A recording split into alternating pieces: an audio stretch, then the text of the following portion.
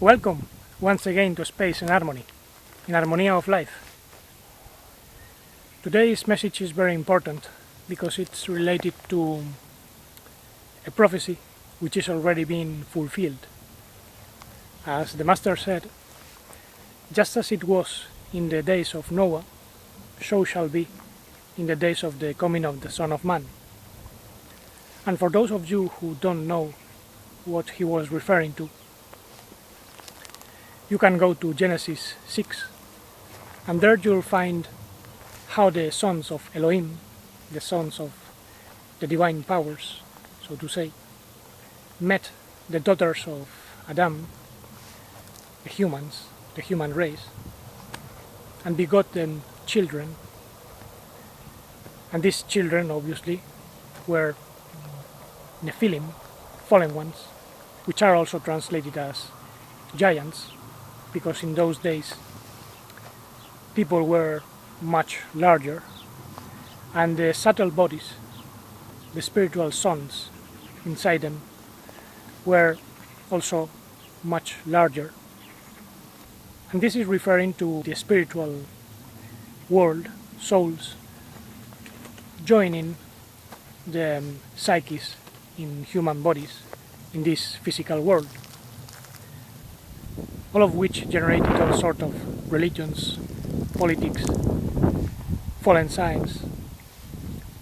This is described as Babel, confusion, which is spelled backwards reads lebab, heart, because it's a passion for the material world, symbolized by Babylon, the fallen soul. And if you notice, today there are many people claiming to be in contact with guides,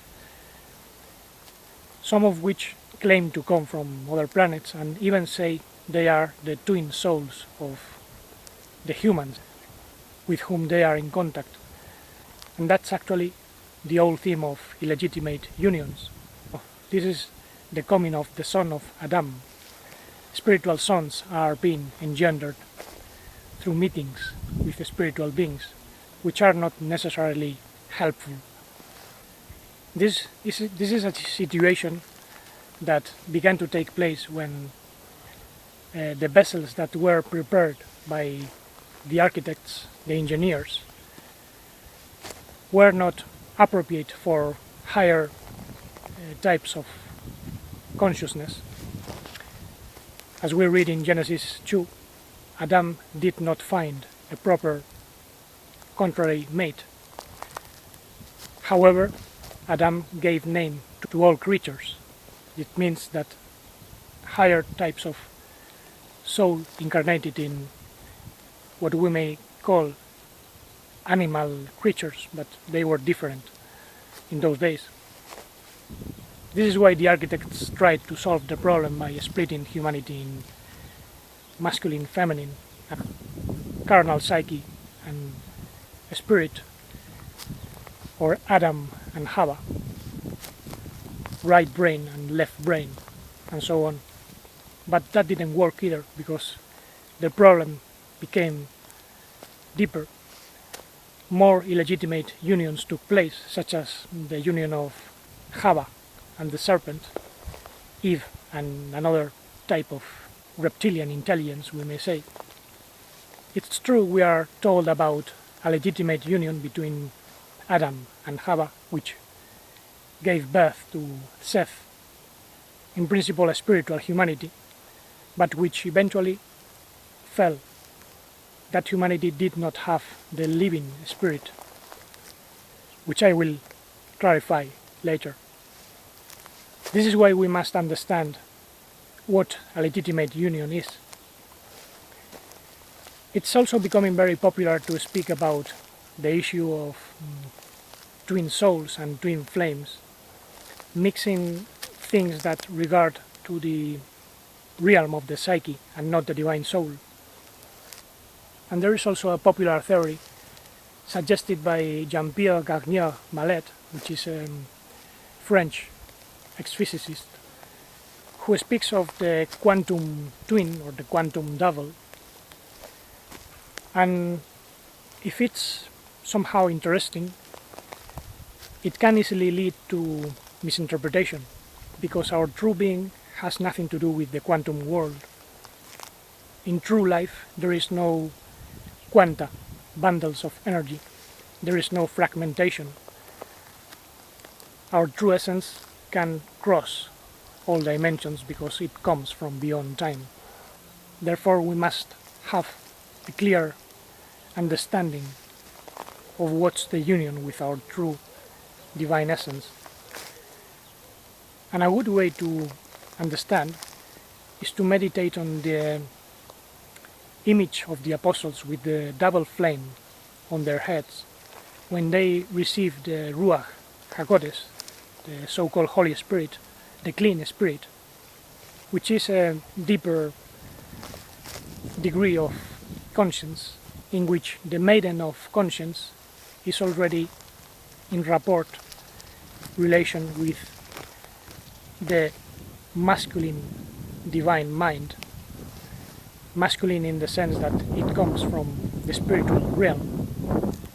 And these are considered as two flames generating a larger flame of divine light, which is actually the descent of the divine light of the origin, the Father as it is called. And this flame is also known as vivifying spirit. As Paul Shaul said, the first Adam was made a living soul, whereas the last Adam was made a vivifying spirit, because it's the legitimate union between the pure conscience, humble, loving, meeting the divine understanding, the divine neuron, manifesting the qualities of the primordial origin, the universal Father. Because the divine light somehow crosses all dimensions to rescue life in this fallen world. And in this process our being goes from the so-called primordial Adam, Adam Kadmon in Hebrew, the universal Father, which becomes the Son, the man from above, Adam Ilah in Hebrew, and finally the maiden of conscience, when that light comes into the body, permeating the human psyche. And this is why our rapport is not directly with the primordial Father, but with the so-called man from above, or divine mind. Nobody comes to the Father except through me, said the Master, even though the Son is the Father, and he who has the Son has the Father, as the teaching says. But our prime focus is to be receptive to the divine mind and express the four qualities of the divine.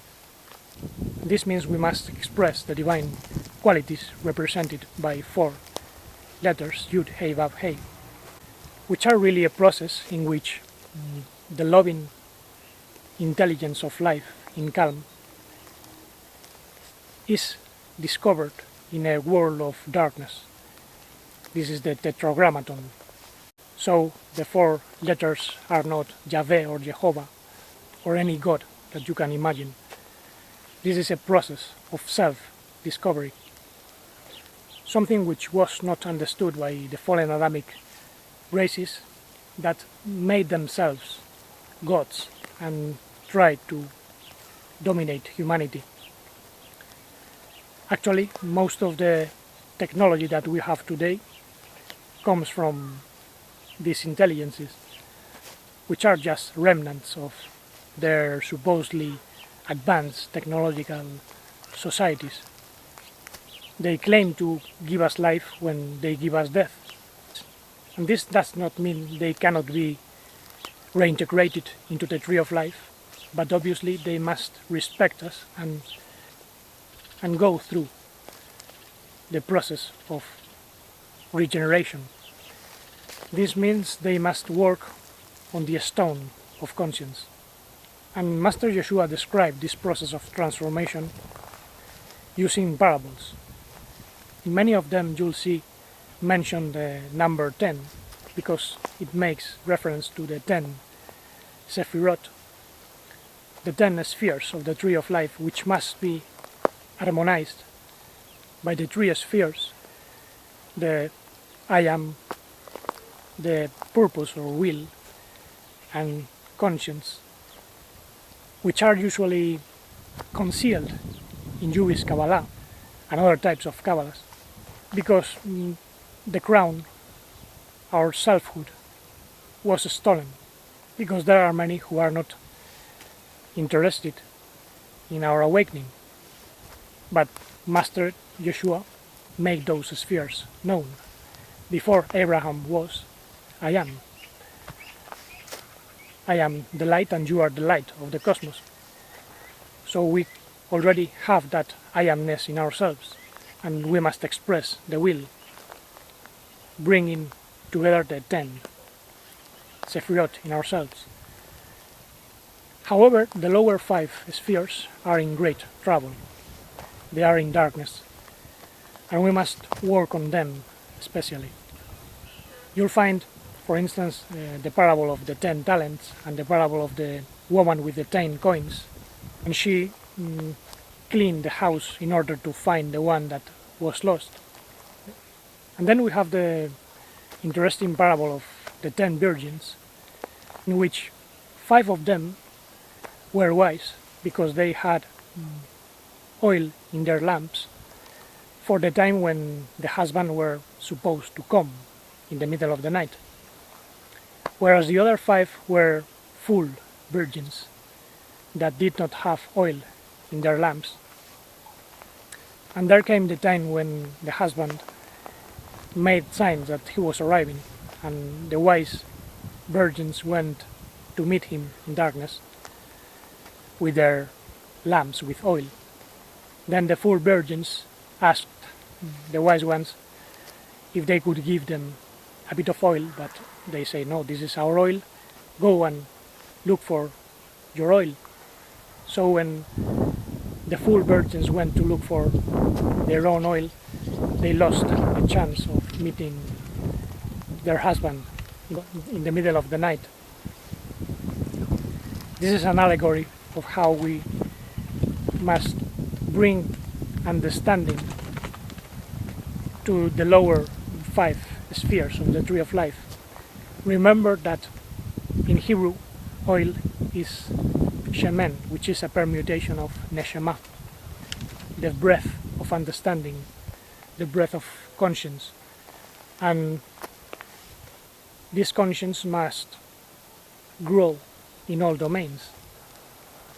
As you may know, the lower 5 spheres of the Tree of Life are Malkut, Yesod, Hod, Netzach, and Tiferet. Malkut is the kingdom, which makes reference to this world, which is really a kingdom of death, because in the physical realm beings are born but they die, so it's not the true kingdom of life. And in ourselves is obviously the physical body, so working on it means to avoid unnecessary efforts, release all physical tensions, and learn to eat lightly so we don't have heavy digestions, all of which depletes lots of energy and leave us very tired. Then we have the sphere of Yesod, which corresponds to creativity and also reproduction, so it makes reference to sexual energy, which in our society is often selfishly squandered. And this is why people do not transform that sexual energy into the subtle bodies that can receive the higher vibrations and higher degrees of conscience. This is known as the misuse of the Shekinah, the divine presence, the rock, and also misuse of Kundalini. In Sanskrit, Kunda means the region of the sacrum, bone, where creative energy is stored.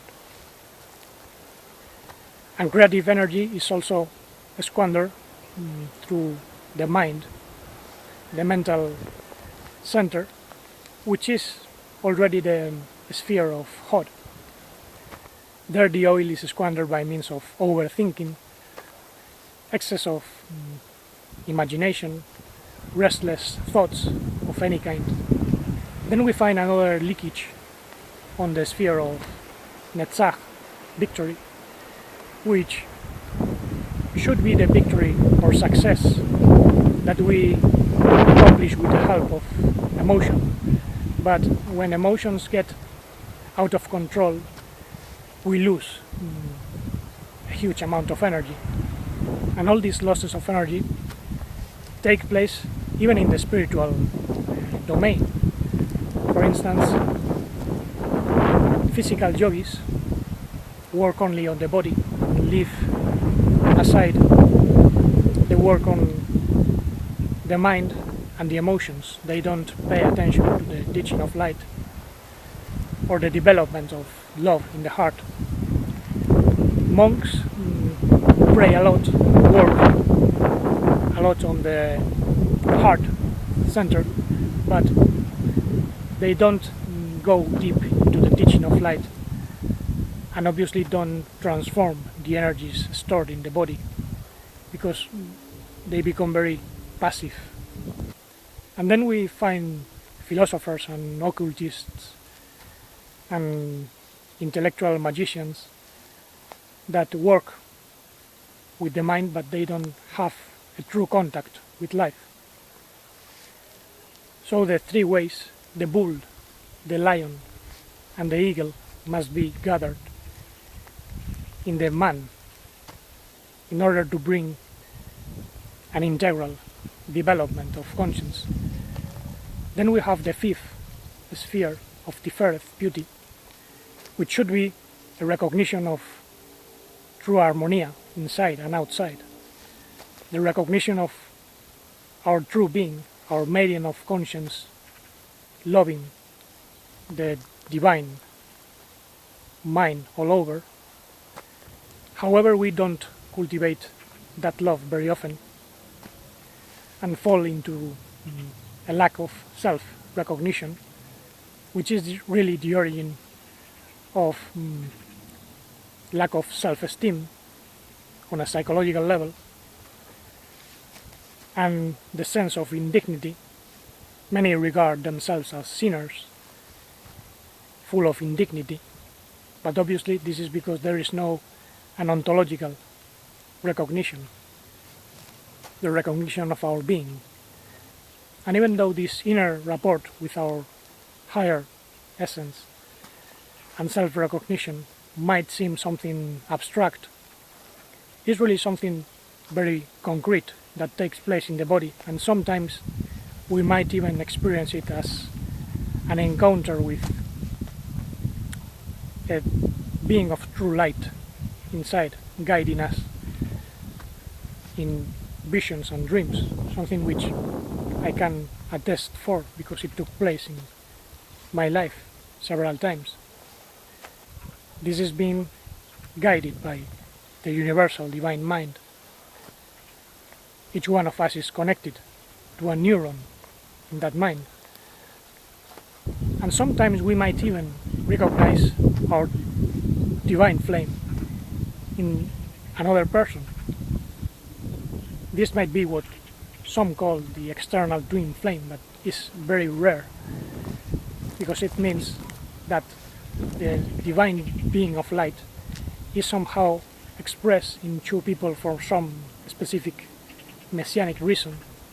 What sometimes happens is that people feel some affinity with others, and they feel even attracted because there is some affinity on the biological and emotional dimensions, but no affinity on deeper levels, and this causes many troubles because then people cannot help each other. And it also happens that sometimes dimensions of souls in people recognize and other dimensions of souls in other people that have somehow been in contact through the process of Gilgul, the wheel of reincarnation. And that's when people feel the need of paying debts. They can get into severe arguments, and they can even feel blindly in love. This is what's known as karmatic relations, relations that depend on debts, hubim in Hebrew. But this has nothing to do with the true flame within, or even when it manifests outside, because this is not a karmic relation. Therefore, the most important focus should be to join ourselves within, so that the big flame can take place. When we find ourselves, then we feel that we are where we should be, doing what we must do, and being with whom we must be, which is ourselves primarily. Then we can express the true loving light of life in calm, the divine verb. And obviously I tell you this assuming that you already have the divine seed of conscience growing, otherwise you wouldn't be listening to this. Very few people have even just a sprout of divine conscience. There are many seeds, but inner development is very rare nowadays. Only when there is an activation of the divine seed of conscience can there be double flame to be united.